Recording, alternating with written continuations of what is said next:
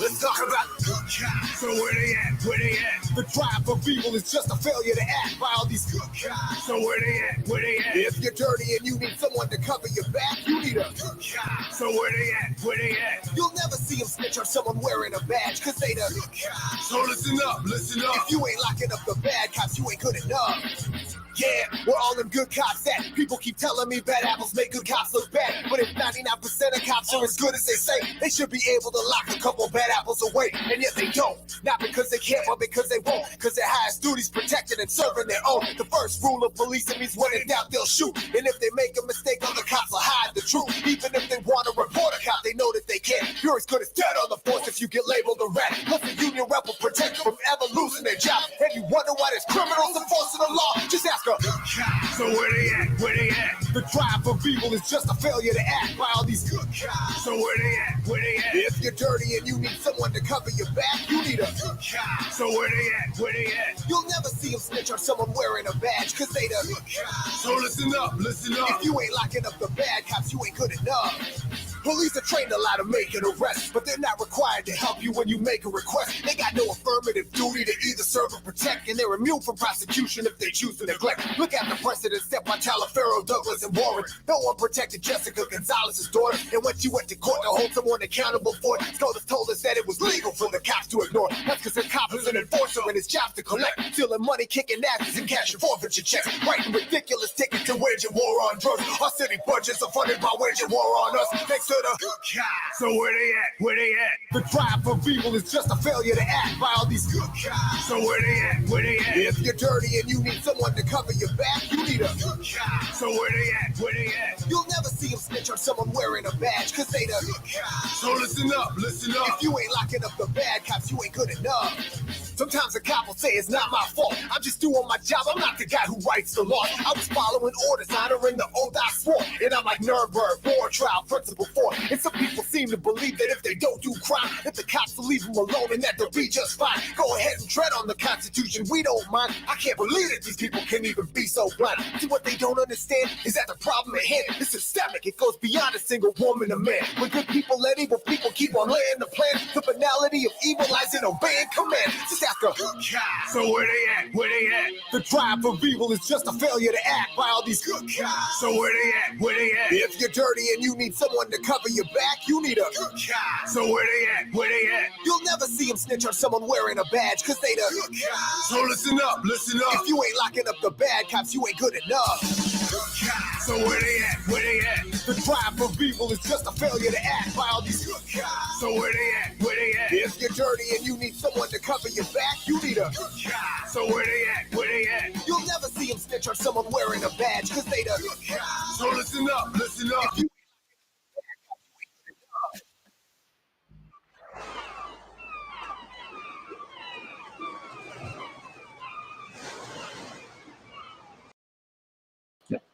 All right. Welcome back to Free Thinker Radio, 90.1 KPFT Houston. What's up, guys? Thank you guys for being here. Oh no, we're having an echo. Uh-oh. Where's the echo? My camera's muted. My mic's muted. So that was an interesting song. It is hot and sweaty today. I've been running around all day after dealing with the cops. I think we do have an echo. Tell me, guys, if you can hear the echo. What up? What up? What up? Yeah, I think it's still echoing. All right. Well, we'll figure that echo out then. All right, guys. Sorry about the weirdness. We're trying to get things down today. It's the first day that we're actually all together. You might not see Micah, but see, I'm actually sitting next to Johnny. There's not 6 feet between us. They are. See? And Micah is right in the same room as us. So this is the first time that we are able to, well, hang out, I guess, in person. I've been out of the country for a couple of months, you guys know. I haven't been in the country. Micah's been hiding. In the country. Micah's been hiding in an unknown location, but now he's back. He's here with us. Cool, everything's fine. I'll make sure you're unmuted, Micah. I think you might be muted. I'm muted because it sounded great. All right, unmute yourself. There you go. All right. No? Echo. Now we got the echo back. Maybe the echo. Micah's the echo. All right, cool. Let's mute that. Y'all can still hear me. I think they can still hear you. I'll just project Cool. my volume. All right. Well, we're going to continue now. Thank you guys for tuning in. This is Free Thinker Radio. We usually do this in studio at 90.1 KPFT, as most of you know. We have a radio program that we do on the radio every Friday, and then whenever things are normal, whatever that means anymore, me and Micah do the show for 2 hours on Monday.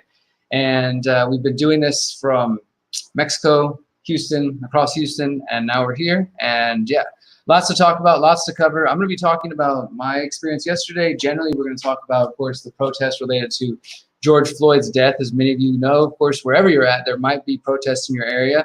Some peaceful, some maybe less than peaceful. I mean, what do you guys think? It's been a freaking crazy week. Yeah, well, from what I saw yesterday, it was mostly peaceful. And there was some people, you know, throwing stuff, mostly just water bottles, if anything, which was really annoying a lot of people. I saw a lot of people trying to stop that. So I think I would say like 98% peaceful. What do you think about it, Micah? Obviously, there's people who are, I mean, I've seen the full spectrum this last week. I've seen people tell me that people who are defending their own small businesses are the enemies of freedom and should be stopped. And, you know, just those sort of ideas. But then I've also seen people who care about the racism or the violence from police, the militarization, but they don't support the looting or the rioting. And even some people don't even support any kind of pushback, you know, any sort of resistance in a physical form. And where are you seeing everything happen? I think if you don't, how do I put it? If you don't think Black Lives Matter, and if you think it's okay to loot or how do I put it, commit violence to innocent people who haven't done violence, then I think people are the enemy, as far as I'm concerned. Because to me, you know, you got someone pretty bad, knee on the neck, or shooting through a door to kill people. That doesn't grant extra rights. You sense an injustice and you feel passionate about it. Doesn't give you extra rights to perpetuate violence against the innocent. And that's what the core of this is: violence against the innocent and aggression. So if someone has an aggressed against you, I don't feel like it's right to aggress out. I think that's immoral to aggress against the innocent. But, you know, there's other things, like when you go to the source, that's a little different, right? Like, let's say somebody's trying to rob you, you stop them, right? Or let's say somebody with a pretty badge has been doing some violence. Maybe you need to go down to the police station and do, I don't know what. But I think we need to think about this. What I'm saying is not necessarily do all protests need to be peaceful, but I think you need to target the aggressors and not just randomly, you know, violate people's stuff. So, I mean, I think it's a sticky situation. People are incensed. It's frustrating, too, because it's frustrating because how long, Derrick, have we been speaking about the police state on radio? A decade? 10 years now, yeah. And it's only gotten worse. How many of these have we covered, though? How many times have we been able to see this type of outflow on the street? I'm kind of frustrated because here in Houston, we've had, you know, the police shoot people in their homes. So we've talked about for over a year now. You know, it's a horrible situation. I think it's horrible what happened to George Floyd. I think anybody that supports freedom would find that abhorrent. I think it's wonderful that people are stepping up and speaking out against this. I just think they need to pay attention to what's going on also in their neighborhood as far as oppression and aggression. Well, we're showing, for those who are watching, we're showing on screen right now video from LA protests, from DC, where there's literally military trucks lined up. Secretary Esper is going to be speaking. It seems there's just, you know, lots of information still coming out where Trump recently, I'm sure you guys have seen the news, saying that he's going to send out the military if the governors don't, quote, dominate the streets or dominate the streets. They said they didn't mean dominate the protesters, for whatever distinction there is, you know, but we're really dealing with, I think, a clear and present danger with the police state. I mean, it's if there's ever been a clear sign of the police state, it's right here. It's like happening right in front of us right now. What do you think about it, Johnny? I don't know.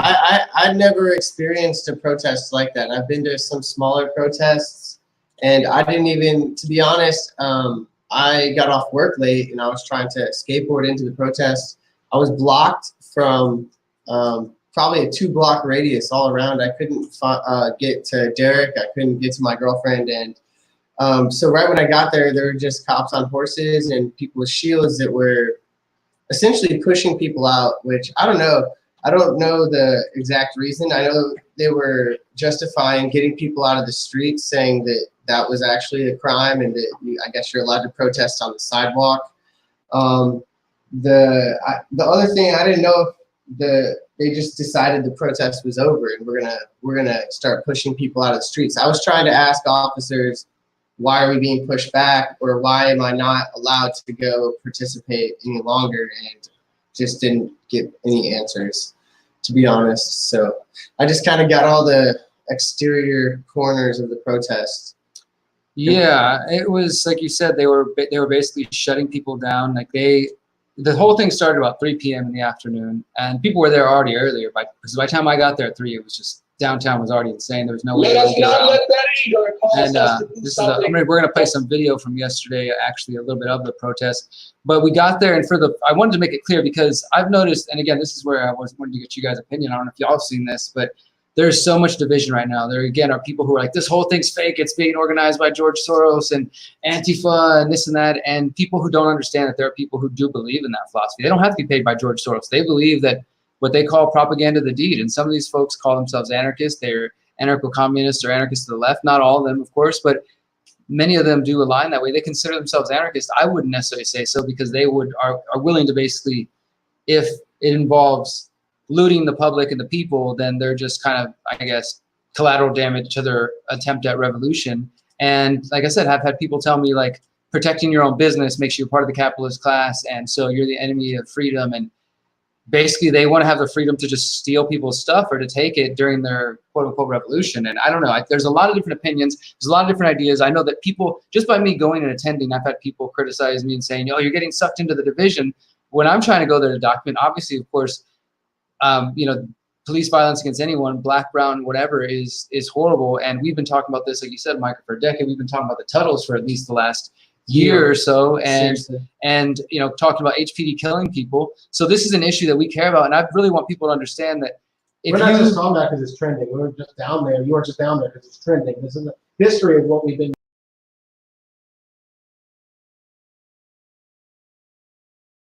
Really, I think the only enemy is aggression.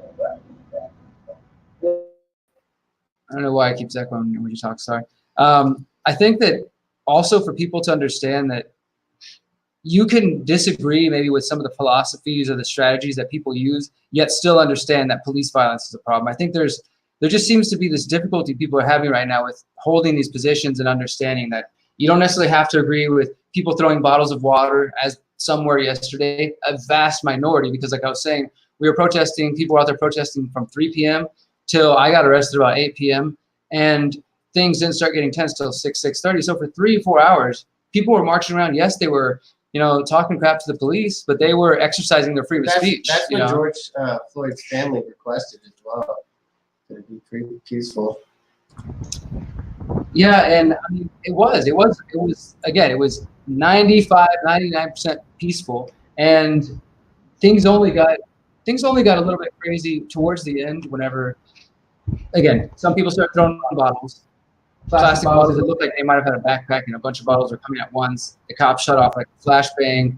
The crowd started running. I'm going to play you guys a little video while I talk about this. And eventually the police decided to, like you're saying, Johnny, push people in and corral them in, and really didn't give us much of an option of anywhere else to go.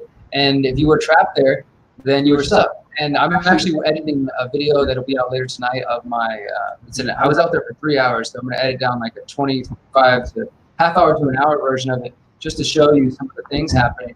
And if you're watching right now, we're showing you some of the clips of the police that are surrounding myself and medics and other people. And these weren't the people that were throwing bottles or the people that were pushing barricades and doing things. If even, not even getting into whether or not we agree with that. These are the people that after those people came and threw the bottles, they ran off. And these were the people that the police closed in on, that were left behind, the people that had been sitting in front of the police, the people that were filming, the people that were from the large part peaceful.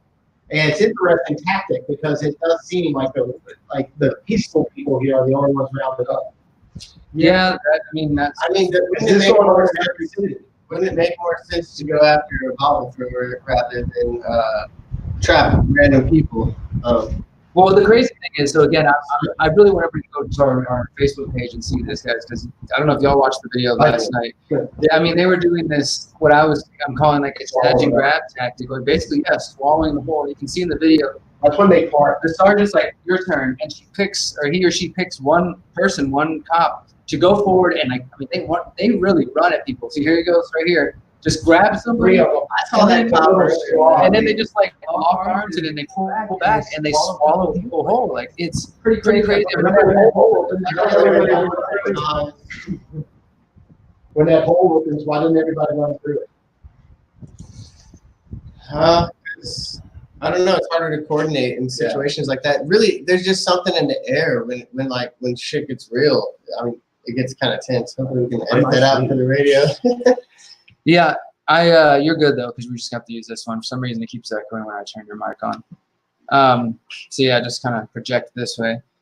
But we're showing you the video still, and I know it's a little choppy right now, but we'll post it on the Freethinker Radio Facebook page. It's also on the Derrick Rose page. But basically, when you slow down and watch this, there's a couple of tense moments. I think one's coming up now where the cops really came in and knocked some girl down and basically took these people down. I got knocked down. I mean, my back was hurting all night. So I ended up, as you see in the video, I ended up getting arrested with a bunch of other people. It was about 50 of us. And after they took 10 or so people violently, you can see on the screen this, I don't know if she's a sergeant or what, this one cop came forward and said, okay, if you want to voluntarily come, we'll let you go. You can just walk up backwards with your hands or raise your hands and we'll come get you. And it's like, why didn't you start out with that? You know, because all they did was just make told things. You were under arrest. Yeah, exactly. Yeah. Nobody. We were surrounded. We're surrounded by people in riot gear with guns and tasers, and they chose to come at us. And most of y'all with your hands up. Everybody was already logic in that. I mean, it's training. Well, and so let me tell you guys a little bit about what happened when I did get arrested. So, again, they basically said one by one you can go. I tried to stay as long as possible because I wanted to document everything in case something else did happen. And then they eventually took me in. I ended my video, went and sat in a bus for a long time, my hands zip tied for a while. And they took us to the HPD, the Houston Police Department station, where they had like a staging area and a gym where they had everybody kind of kenneled off in different areas, females over here, men over here, and just taking all our information and doing this stuff. And we sat there for hours in this cold room. They took us to county, and we sat there for a long time. It's the usual jail experience. One room to the next, all night in this cold places with crappy food and smelly people and, cops. And I will say the HPD were acting extra nice, which I was a little suspicious of, but all of them were really, the only cops I dealt with that were any kind of, difficult over the last 24 hours were,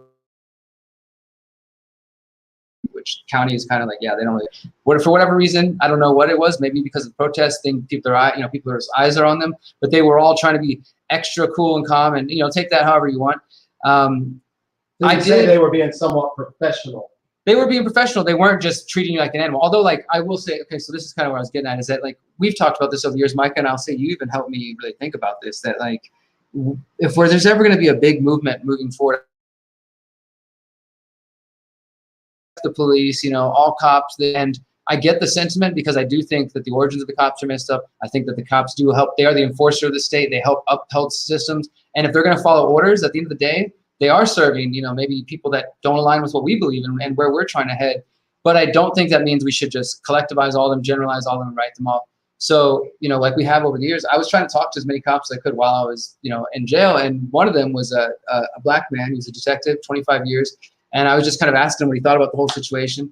And basically, he said he thought it was messed up. He said that if he was there, he wouldn't have let it happen. Of course, it's a cop, take him on his word, whatever. But he said he wouldn't have let it happen. And so we just start going back and forth. And I was telling him, look, I know you weren't on the street tonight, but I want you to know your cop brothers and sisters made things worse.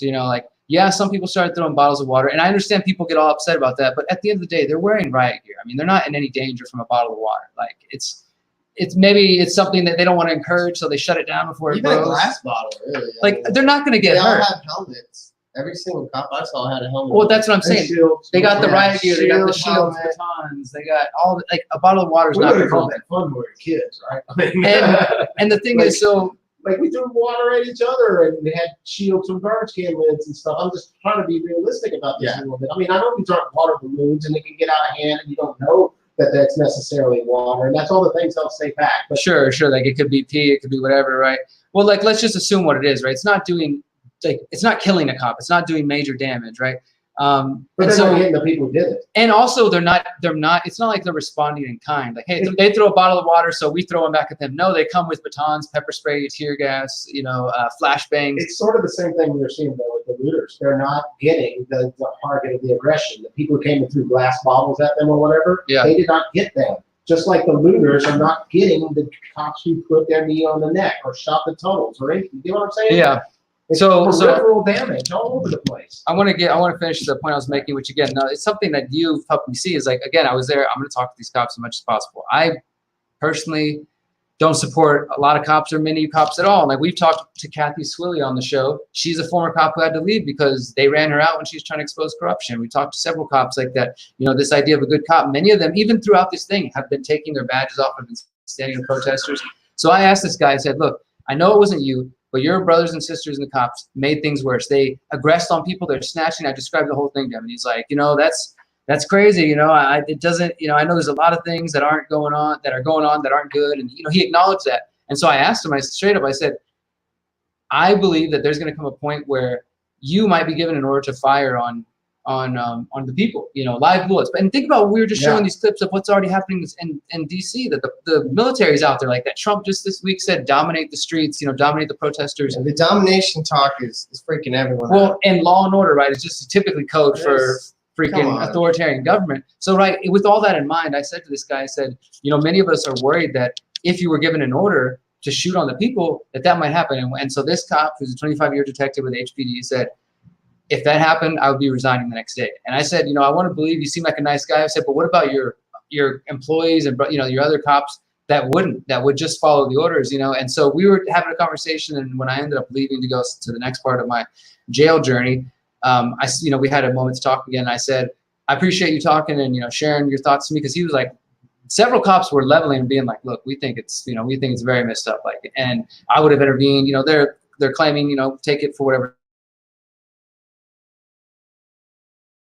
I said major because, unfortunately, I do think at some point in the near to midterm future, you're going to have to make a choice like that. And the cop said he thinks so. I mean, this cop essentially said he agrees that at some point they might get the order to fire on people. Not far from what you experienced with that many police officers. I mean, they have, 4 or 5 Legion, 5,000, 4,000 cops, and just HPD alone. But it's not counting your military and all your other things. I know this isn't something we ever think of happening. But what if they just came through asking people to come out of their houses and just apply these tactics? There's all kinds of redistribution of wealth ideas. There's all kinds of ideas that this could be used for. And I'm just saying, this is a tool that's being trained. It was trained yesterday on y'all. It was trained in war. It was brought back and given all these weapons. And I'm not believing that they're going to come and push everybody out of their house and do that or anything like that. But how many generations until they do, if they need that area? How many, I don't know, because it just seems to go faster and faster, right? So, I mean, yeah, we used to think they couldn't just look at our stuff anytime they wanted, but they can, and they do. We used to probably think you couldn't just be snatched up on the street for filming and being a journalist, but you are.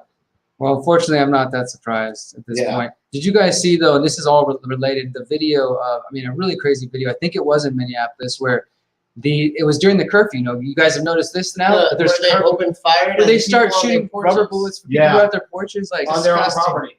Like, this is happening in the United States, dude. I just came back from Mexico, and this crazy stuff is happening. I'm just like, what is going on? But this is also, I think, we're reaching a tipping point. Today, another news: the three other officers were charged. They're going to be charged for aiding and abetting murder, and they did up the charge against Derrick, the cop who killed George Floyd, to second-degree murder.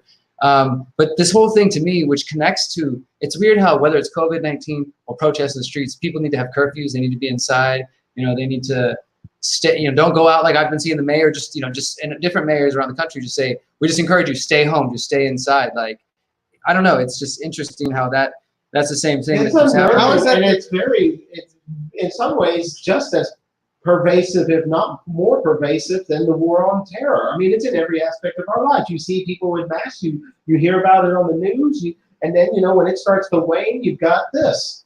to keep us inside. Like you were saying, whether it's COVID, this, everybody's just like, you know. Seems like it's about control one way or the other, or at least the solutions that are presented end up with more control, whether that's the intent or not. I mean, and it'd be hard to say that, well, for some reason, just coincidentally, it always ends up in more control if there's not an intention to have more control. And, you know, so again, there's a lot of opinions around the whole death of George Floyd, from the people who are believing various theories about it to the people who think that, you know, violence against the Black community is overplayed or downplayed, to people who are calling. I will say this too, again, while I'm sitting in the back of or in the bus with the cop car, most of the people who were arrested were in their mid to early 20s. There were some people in their 30s and even older that got arrested, most of them in their mid 20s. And now, this could just be talk blowing off steam after a long day of protesting, but most of the people that were in there were saying, all this means is we need to go harder. We need to go back in the streets. Even though these people weren't even the ones who were doing like violent stuff, but just the dedication of like, we need to stay in the streets.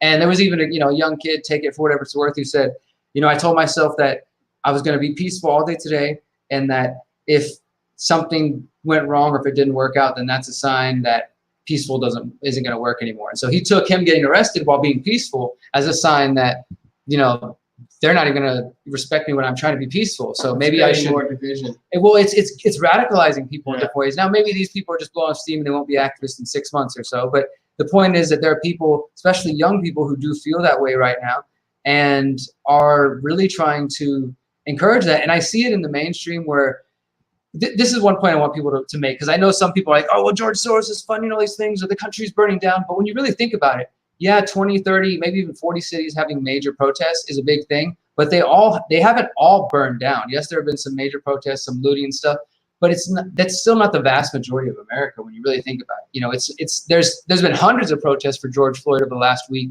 but the vast majority of them haven't ended in violence and haven't involved looting and rioting. But those aren't the ones that people are going to push.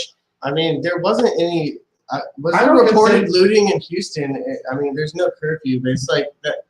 Is that always just like the justification when most of the protesters were peaceful and they just want to label every protest as a riot so they can justify, like, you know, curfew? It's about the narrative. Like, if Derrick hadn't been there as a journalist, they could very easily say, like I said, there's 50 people that were arrested. There was a clash between protesters and the police. You know, there were bottles thrown and liquids, and the police arrested 50. What's that sound like as opposed to seeing the video? You know? And then going to see everyone's charges. Well, standing in the middle of the road. Well, let me show you. Yeah, so during a place where 60,000 other people standing in the middle of the road while the cops are blocking the road. We're showing on screen right now, I actually have a tweet from Mayor Turner last night, right? So while I'm sitting in jail for being arrested, by the way, guys, the charge was a misdemeanor for obstructing highway or passageway. You do that. You despite there's lines of cops. Besides staying on a sidewalk. So this is what Mayor Turner said: 60,000 people from across our diverse city marched peacefully with the family of George Floyd, and I could not be more proud. As mayor of the city, I want to thank again our police officers for their restraint, professionalism, and service. And then you start reading the comments, and right underneath, and then HPD arrested peaceful protesters. Shame on you. Why are your officers blockading protesters? Yes, the protesters were peaceful, so why are your cops attacking us? You know, people just kind of bringing attention. See, there's another. Yeah, I saw them running up on some people. So this is the same thing. What we're showing from on screen right now is the same thing that we show from my angle, but a different angle. And check this out, Johnny or Micah, if you want to see this too. That's not planned. It's just another angle of the same thing. Like I said, somebody being run up on by the cops, and it kept happening over and over. And so, yeah, the mayor, like you said, Micah, they can shape a narrative. And he says, thanks for the restraint and professionalism. And again, maybe some would argue, well, they had bottles thrown at them and they didn't beat anybody's heads down. But they still did get pretty violent. They amped up things when it wasn't necessary and probably pushed people to feel more attacked, honestly. And some will come back and say, well, I'm with you, but then what do we do? Nothing? Like, you know, there are people who are now starting to support the calls for law and order because they're seeing or they're hearing about this violence, that they want somebody to come save the day, which I think might be the intent for this whole thing. I mean, what do you think about that? Like, what solutions can we offer to people who are concerned about looting and rioting, or they think it's going to come to the suburbs or whatever like I that. think they don't need to call for a strong man. They don't need to call for that. They need to learn to protect their They property. need to become the strong man. Yeah. If we have a whole bunch of individuals that can protect their property, or at least not live in fear like that, feel comfortable going to sleep. If it takes getting, you know, a bunch of guns or a black belt or something, and so be it. You know, some of you can just already be there with serenity and faith. I don't know. But if we could all just learn how to rely on ourselves a little bit more, and you know, calm our own fears, and maybe calm our neighbors, meet our neighbors, say, you know, when times are tough, you know, if I hear someone in the night, you know, whatever. I mean, truth is, we had someone break in over where we were. We didn't call the police. They broke in, stole a bunch of stuff, came back, and tried to break in again. It was secured better. I chased the guy about not very far, being old, but you know, I didn't call the police. Why would I call the police and stay up all night? And what are they going to do? Every time the cops come when I have a broken window, they just come and say, "Yep, that's a broken window." And how much do they make per hour? Let me And write if they that use down. enough hours, they get a nice fat retirement. Well, Yeah. I want to show one other example. Someone mentioned it like the cops' pension or their payoff should come from a different source than taxpayer money that affects their pension or something. Well, I've actually seen a couple Have you heard that? solutions put I'm forward. not articulating it. Well, so there was a video I saw put out by my friend Jason, who's with Police to Police and the Free Thought Project, and he talked about having liability insurance for cops, like in the same way that, you know, a doctor can be sued for malpractice if they miss somebody up when they're doing surgery, that a cop could be sued in that way, and trying to use that as a way to, I guess, equalize the situation or to I've heard discourage. this argument. And so that's like one thing people are putting forth. The other one I want to mention is the Detroit Threat Management Center in Detroit, which has been organized. If you guys haven't heard, we've done a couple interviews on this channel with Dale Brown. He's been basically hosting or running a private security firm in some ways, but they also do things like offer free protection to victims of domestic violence and to single mothers and stuff like that. They do corporate accounts, but they're basically, some of them are ex-military, some of them are just like super into taking care of themselves, but they also do like for private security for different neighborhoods. And he particularly has tried to focus on encouraging, you know, cops that are funded by the taxpayers to learn de-escalation tactics. That's what they always, you know, they carry weapons and whatnot, but they're always about de-escalating the situation. And they also offer like training classes and whatnot. But it's the Detroit That'd Threat be Management really Center. cool if you think about it. Someone who could come into a dangerous situation and calm it down. That'd be like really, I mean, cool in the sense of what is cool. Think how much you'd see that and be like, dang. You know, I mean, I would have respect for someone that could do that, is all I'm saying there. Well, And see, maybe a lot of people that's know what Dale. these guys who dream of being cops want. Yeah. But then they go down some more routes. One thing I'd like to speak about just for a moment, if you don't mind, you mentioned the insurance thing, and I've heard about that a few times, and I've wondered about it because it puts in another force besides the police. It puts in the insurance, right? And if they're paying premium, then you have the insurance company just like we drive.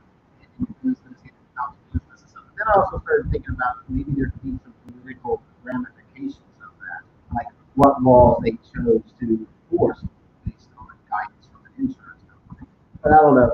I did like it though because it was an attempt at like something besides like reforming the system. In a way, when you talk about reforming the system, you're keeping the system.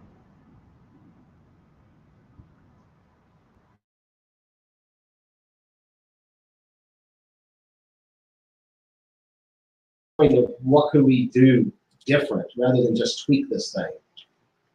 Well, I do think, like, okay, a couple of guys I met last night, some younger guys, again, they were excited. I don't want to, you know, downplay their excitement or tell them not to, you know, care about things, of course, but some of them, there was, even at the Black Lives Matter protest, even as radical as it seemed, there was a lot of people calling for voting.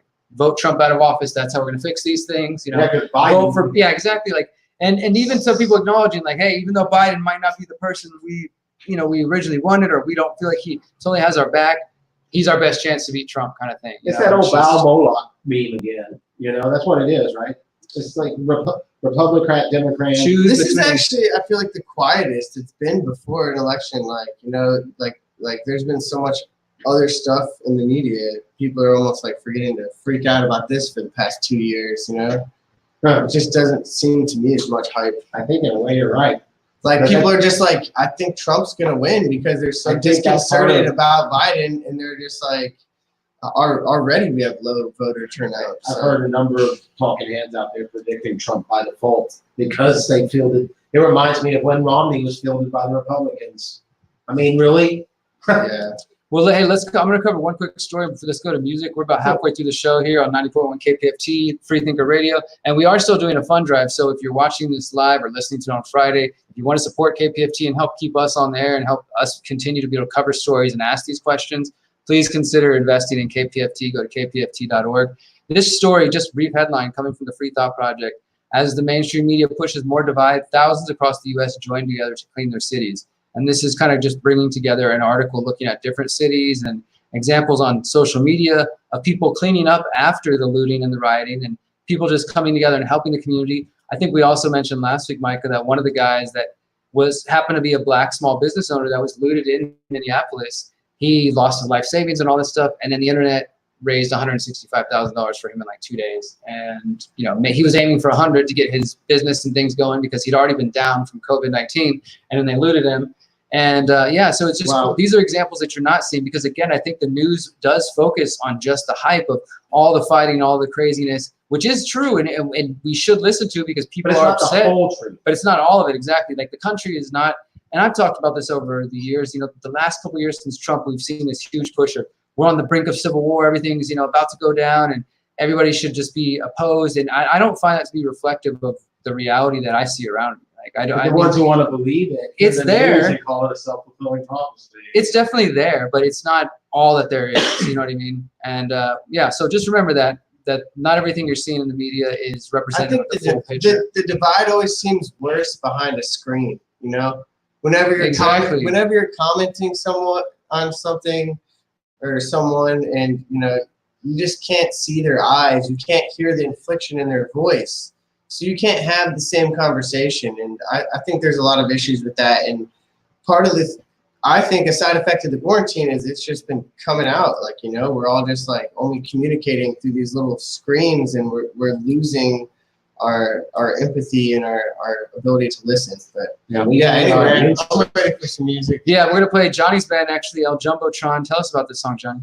It's called Millennial Rhapsody, and it's a really good song. Cool. Well, it's a really good song, and you're going to hear it here on Freethinker Radio on 90.1 KPFT Houston. We're going to come back and talk about immunity passports, a little bit more about Bill Gates. We're going to read these comments. We're going to read some comments, so stay tuned. We will be right back. This is Free.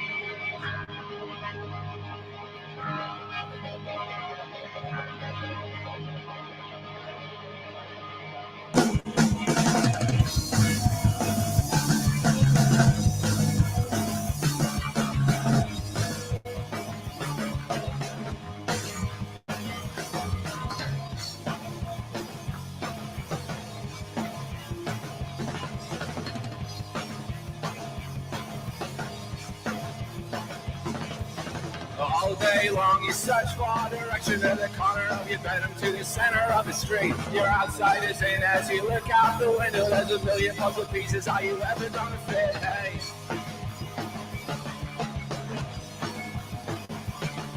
You say say what you say, or you don't mean any of it. You never grow when the dog stays sitting on it. Another waste of a while just being on it. It's a day in the life of Jeremiah's son. It's not the right way you show. It's not the right way you show. It's not the right way you show.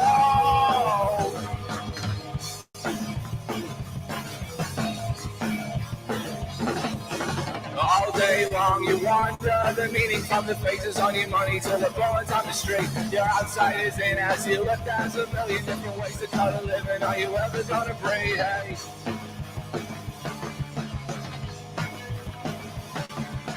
Day after day, or you don't mean any of it. You never grow when the dog stays sitting on it. Another waste of a while just beating on it. It's a day in the life of Jeremiah's son. It's not the right way you show. It's not the right way you show.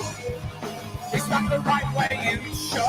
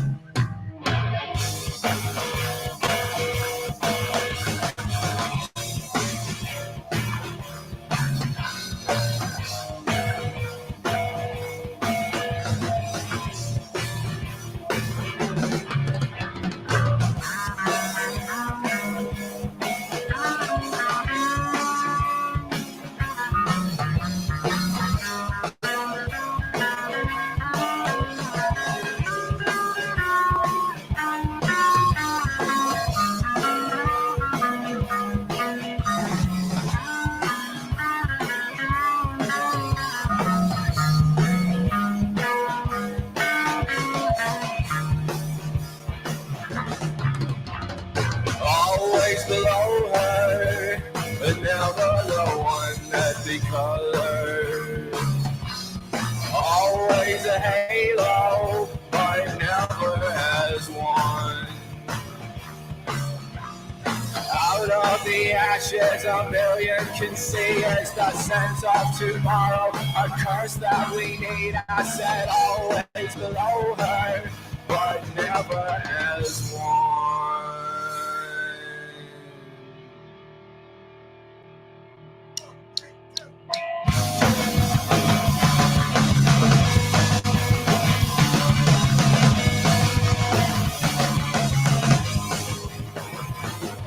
You say what you say, or you don't mean any of it. You never grow when the dog stays sitting on it. Another waste of a while just beating on it. It's a day in the life of Jeremiah's son. It's not the right way you show. It's not the right way you show. It's not the right way you show. It's not the right way you show. All right, welcome back to 90.1 KPFT Houston Free Thinker Radio. My name is Derrick. I'm here with this guy, Johnny. And this guy. Micah's here. We're all back. Welcome again to the show. That was Millennial Rhapsody. And we are at House of J. If you've heard about it, you read about it, we're at it. We are currently recording from the soon-to-be amazing studio here in the House of J, which was once known as the Free Thinker House that some of you guys may remember about. That I lived here with Johnny, and we did lots of cool things here and shows. Reminiscing in your old room. We're in my old room. And they continue to do awesome things here and have a garden here in the community. So lots of good things happening. We're thankful to be here with you guys. We got about 15 minutes left with KPFT and a few more with those of you who are watching online. I had two stories I want to cover, but I know we want to get to some of these comments, Micah. Check out some comments. So one, I want to mention Flatlander Montgomery. The burning and looting were not organic or natural. The protests were, of course, talking about the Justice for George Floyd protests. And again, I would challenge this statement because I've been really trying to hammer this point home because I think, unfortunately, there are some people online who are misinformed or just, and I don't mean this in a rude way, but just not that specifically educated on radical political philosophy and don't understand that some people do believe in those things, that it's not, doesn't necessarily have to be a George Soros funded thing. It's when it comes to anarchist philosophy, it's called propaganda of the deed. And that's why, and some reasons, that anarchists do have a bad name, because 100 years ago, anarchists were, people who called themselves anarchists were assassinating McKinney, were throwing bombs and things like that. And they called it the propaganda of the deed. And they thought that some action, and I talked about this like the Unabomber, he thought him sending all these bombs could spark some revolution. So people think by committing sometimes random acts of violence that it's going to inspire or be the spark. And so you don't have to be a paid agent to just support that. Like, again, I was out there with young people who are just angry and want to smash things, you know, maybe with no direction. Some people with more of a philosophy. We were talking about this a little bit before the show, that I think that if we are seeing the beginning of some sort of insurrection or revolution or whatever in the United States, rather than staying behind the screen like you were talking about, just like with Occupy, and during Occupy years ago, people were like, oh, that's a communist socialist revolution. And I remember telling them, well, if you think so, why don't you go talk to the people and get involved instead of just let some communist socialist revolution grow in your backyard? Actually get out from behind the screen and go interact with the people. Because right now people are upset. They're going out to the streets. And if you want to talk to them, then go out there, because what community, people are arguing about, like, hey, how extreme should we be? Some people like, get away from the cops. Other people are like, hey, don't tell us how to, you know, be upset and how to express ourselves.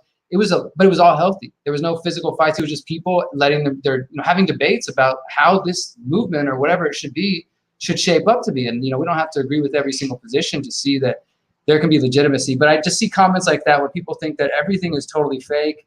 And, you know, people talking about George Soros again, but I don't see a lot of evidence. I haven't seen any evidence linking George Soros or any other rich billionaire, the Koch brothers or whoever. There are those stories about the bricks. We had that here in Houston, in fact. We had, I forgot which, KTRK, I believe, you know, where these pallets of bricks were showing up. People are wondering about that and a few other things.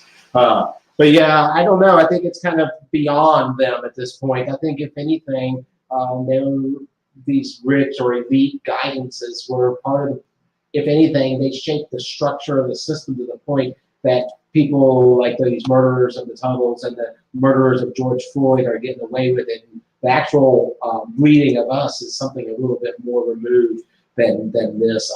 I think that we shouldn't ignore the role of the elites. I mean, we were just talking about Bill Gates, you know, but at the same time, this is more than that. Well, it's a combination of things, right?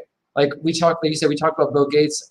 I think we talked about on the show recently, Mike, about Lockstep, the Rockefeller document from 2010, where they described, similar to the Bill Gates funded Event 201, the Rockefeller Foundation put together this 4 scenarios for the potential future. And one of them was called Lockstep, that described a world with a pandemic where it swept around the world, and the governments that, the countries that did the best had the governments that became more authoritarian and locked down, and they described masks, they described mandatory temperature screening to fly, to travel, a lot of the things we're seeing right now.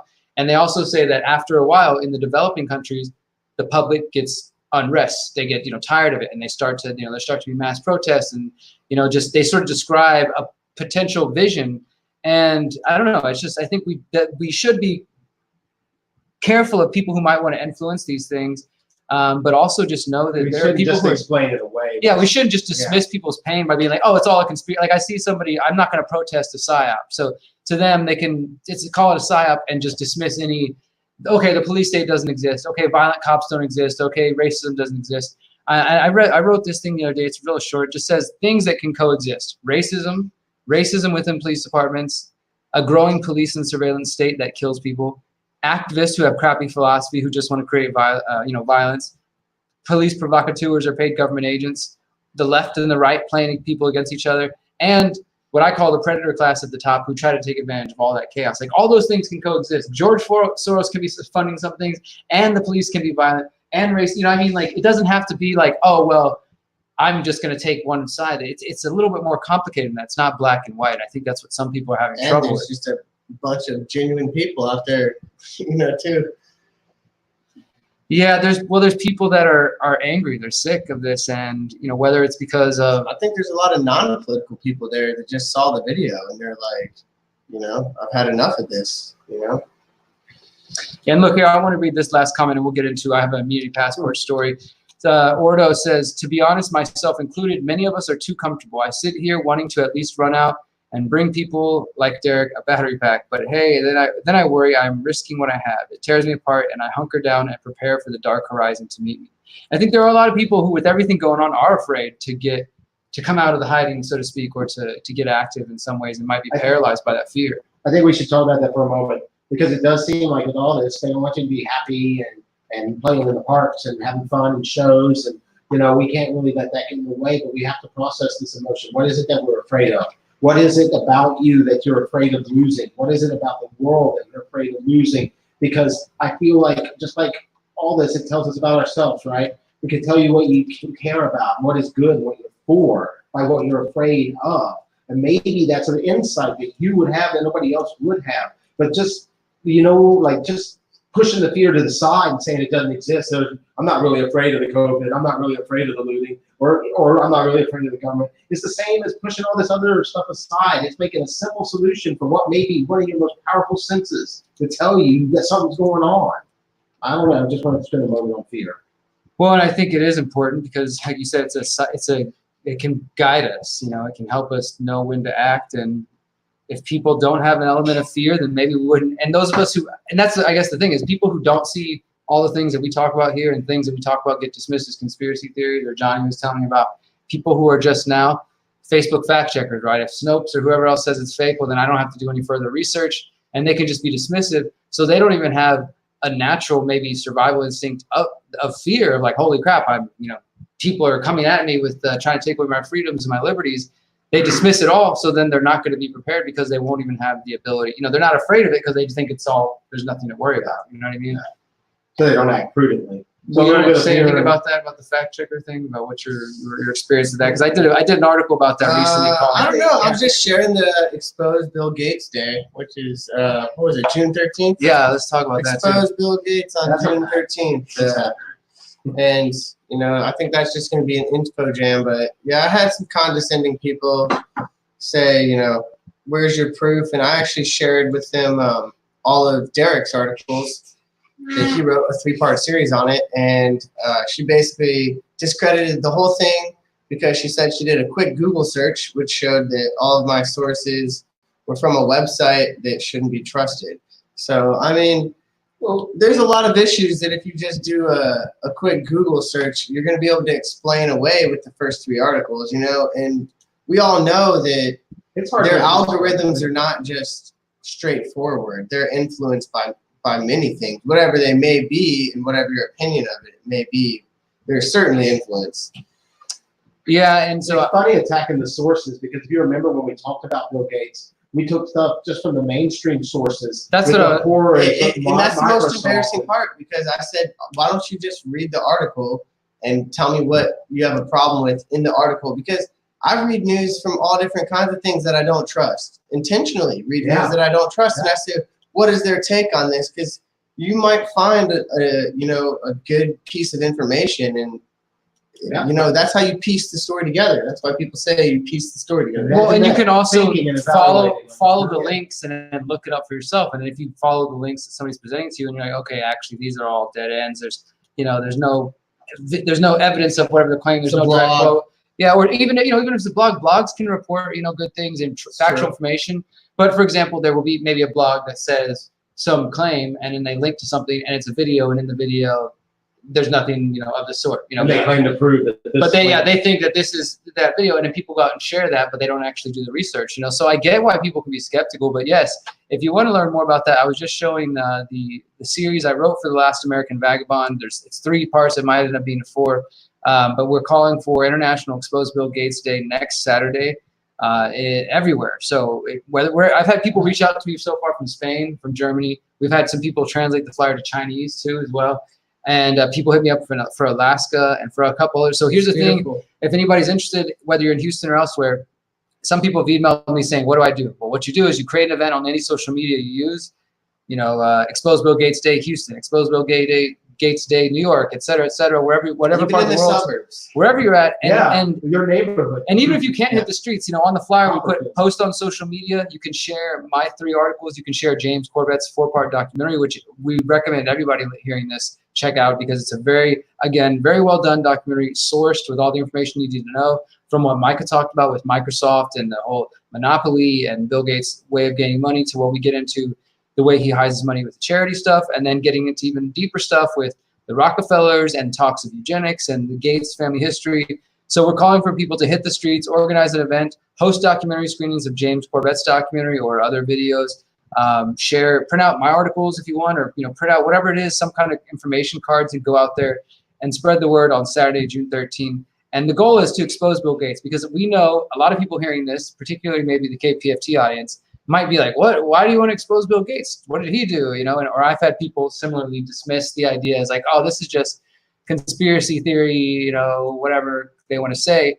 I really highly encourage to think for yourself and to look into who the man is. And again, The Nation wrote an article about this. Politico wrote an article about the investigation. There's definitely what we would consider more mainstream press that has talked about it. It's just that you're not hearing about it on CNN, MSNBC, BBC, because those are all the places Gates donates money to, and that's where he's being interviewed and put on NPR and all these other places. So again, you got to think for yourself. And as I'm scrolling through this, I mean, His work with PRISM. this is filled with dozens and dozens of links. The NSA. All this stuff. His company is the first one to work with the NSA. They have no problem sharing your information, giving the government access to your data. Yeah, or building systems for governments that will help them enslave their people. And pretending to believe in like free enterprise and creativity of software. So I highly encourage everybody who hasn't read the Bill Gates series to check that one out. And again, if you didn't see last week's episode, go check that out. Micah went into talking about the background of Microsoft. We're actually going to have to wrap up now for KPFT. Let's keep going. We're getting down to the last couple minutes It's here. a fun drive. But this is a fun drive. So again, if you want to support KPFT, if you want to keep us on air, we can do this on the internet. We said this last week. We can do this on the internet, but when we have the radio access, we can broadcast to the 4th largest city in the country, and that actually means something. We love everybody on the internet who listens, but you guys can hear all kinds of crazy stuff anywhere on the internet. We get calls from these people. Yeah, people call in and We tell miss us that like they appreciate our show because we talk about things that they don't hear about from any other station. Sometimes they were on driving through. the radio. So we Johnny, appreciate if you're out everybody. there, where's MOD? MOD. all our MOD, I friends know at MOD is listening. We This appreciate area everybody there. who helps us continue to do this show. We're going to end with a song that I have here. I haven't played this for so long. This guy is called Micah. Pretty cool music. And if you ever want to go check out theconsciousresistance.com, you can go to our music tab, and there's music, all kinds of music that people have put in there and suggested over the years. And you can go check out Visionary Noise. Check out Visionary Noise. So we're going to go to a quick music break. And if you're still here, we'll be back in just a couple minutes for those who are watching. But for KPFT, we'll be back next Friday. And we appreciate all of you who continue to support us. Anything else, guys, before we go to music? Say goodbye to KPFT. Goodbye, KPFT. Bye, Until next KPFT.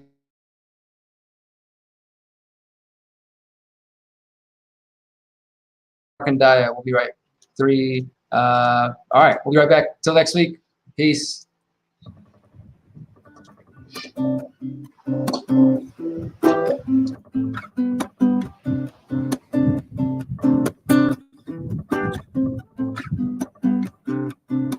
Flames on flames, through gasoline as long as I remain so keen. I'm blaming this, resisting that, internalizing, spinning spot. Oh, so what can it be? Oh, what can it be? Oh, heart of trust, gunshots and musts, the blooming shut, and one will find a heart peaceful mind, blooms flowers from within.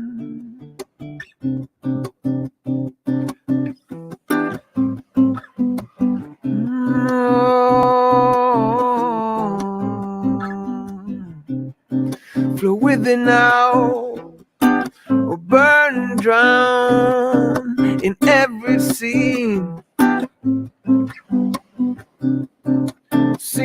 gone is all. I watched them fall, resisting at the force. 'Cause if I do, the facts so sure, was drowning in remorse. So what can it be? Oh, what can it be now? Oh, heart of trust, gone shoots and rusts. The blooming shall begin, and one will find a heart peaceful mind. Blooms flowers from within. Oh, oh. Oh, heart of trust, gone shoots and masts. The blooming shall begin, and one will find heart peaceful mind. Blooms flowers from, blooms flowers from, blooms flowers from within.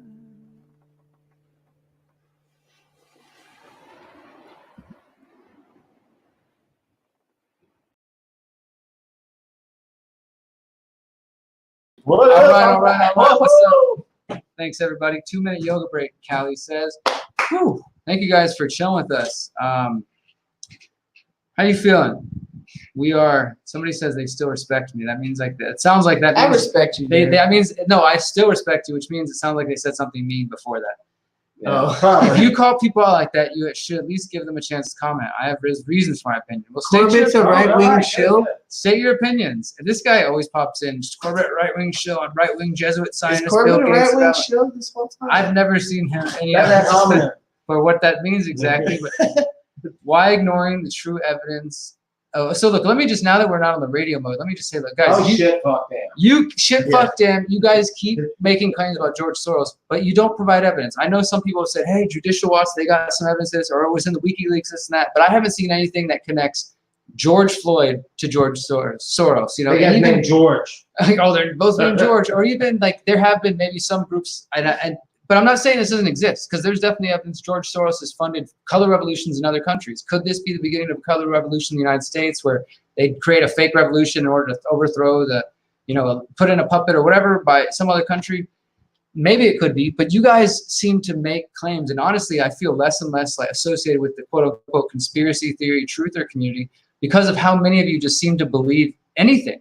Not to say that some of those things you believe don't later turn out to be true, but you believe. Question. And of course, but Yeah. they believe without evidence. They're But just they're like, wrong. I know that this is the truth. I can't tell you exactly, but I know because, well, 5 years ago, something similar like that happened or whatever. And I'm not trying to patronize anybody. I'm asking, like, post a link in the comments. We'll get it. What we need to We'll say, go over it right now, you know? yeah, is the way information flows here. What counts as validity and what counts as proof and why and Well, how. I had a lady get really angry at me. This is what she said. She said, George Soros funded Occupy, which morphed into Black Lives Matter, which morphed into Antifa, and now morphed into these George Floyd protests. And I asked for evidence, and she posted like some God, that's simple. really crappy, like not strong links, and just, I mean, again, like I just want some more information. So yes, Flatlander, tell us your reasons. She says, it is my understanding that most of the people who tore up my town, I don't know which town you are from, Now, I've heard of this. were not even from my town. They were bussed in, and they've also seen that where bricks were provided from. So please tell us where you're from. But yes, we've all seen the And videos it's by a now. town, not a city here, so it Um, is smaller. That's easier to have like people from outside make a huge influence. I'll grant them that. Right. Well, look, let me show you 2 examples though, and then I don't know where she's at. We'll see if we can get that Even a involved. rough idea of size would be interesting. Check this out. So the mayor and the police chief have tried to claim the same thing in Houston, but Channel 13 Investigates did a story just yesterday, and they actually analyzed the arrest records for the people over the weekend, the 412 arrests, and I think less than 10 were from out of town, were from out of state. The majority of them were actually from Houston. And then there was the Minnesota mayor who said a similar thing, said we have outside agitators, and maybe it was the police chief, but then a day later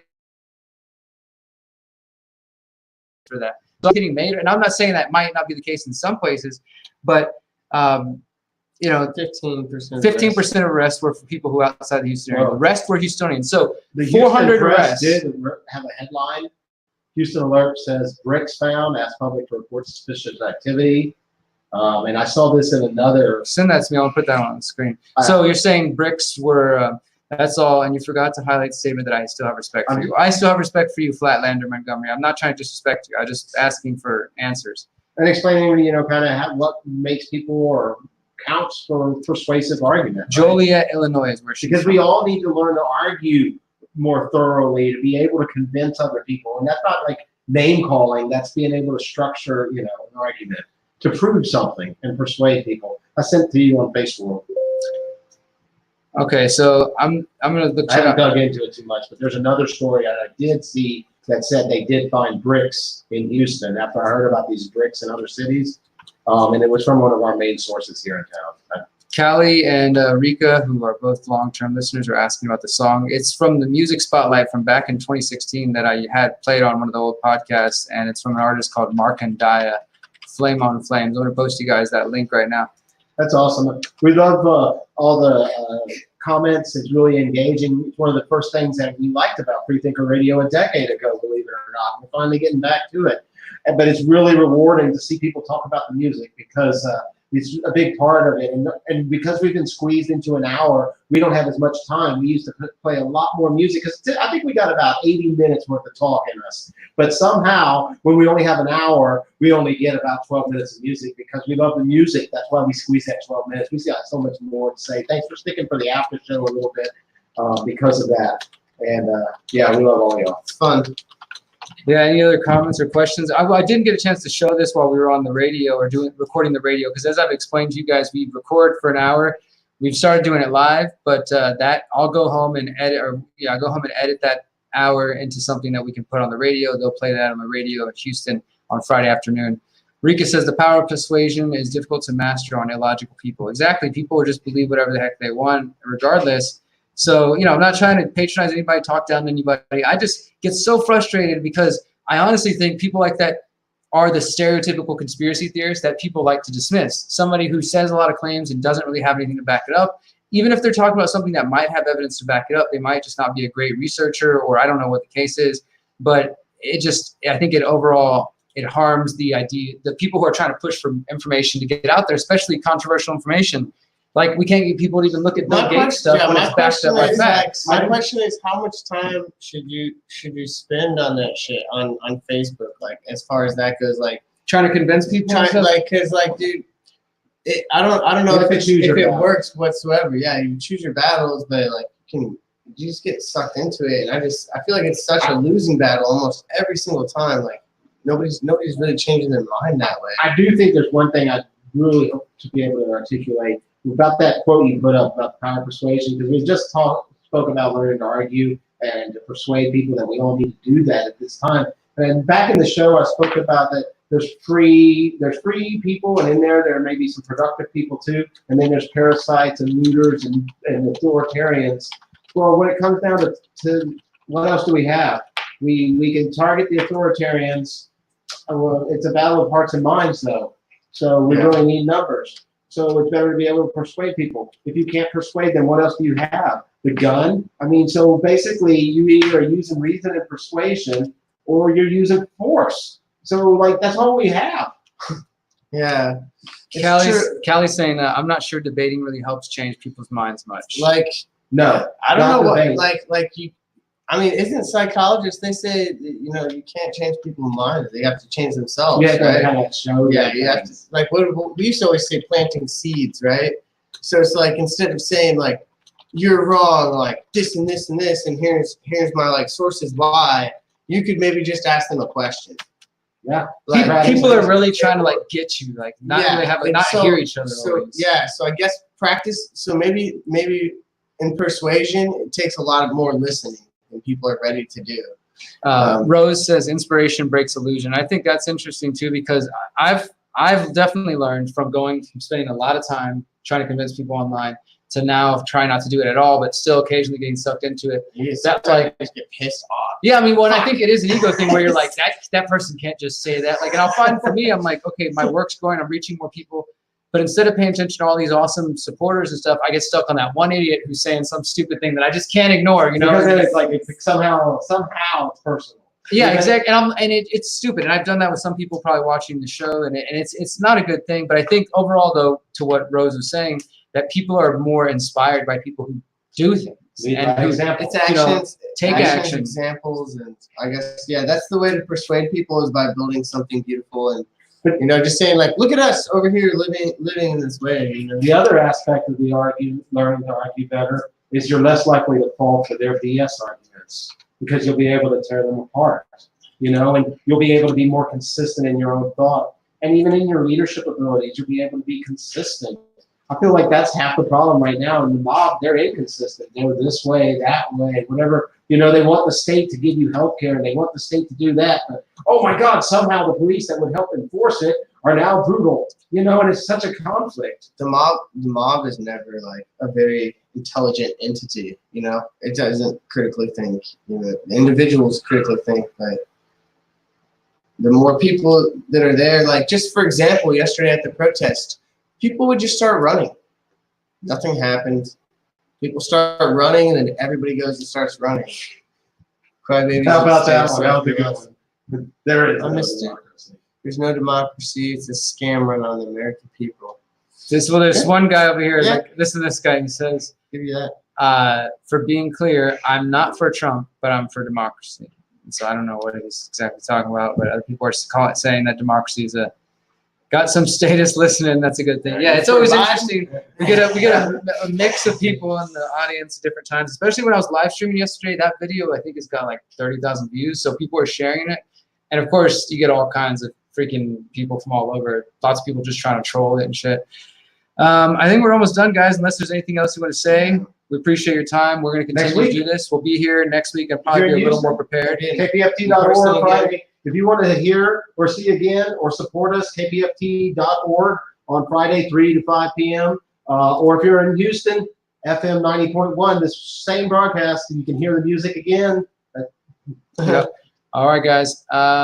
So far, what did we play today? We started off with Rob Hustle, Good Cop.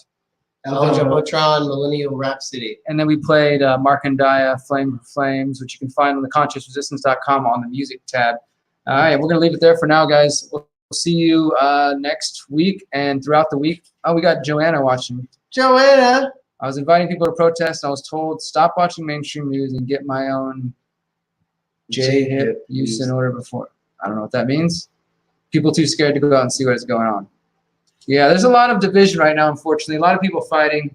We love you, Joanna, and we miss your pizza. So please come back to the House of Jay and bake some. All right, guys. We'll see you next week. Till next time. Peace.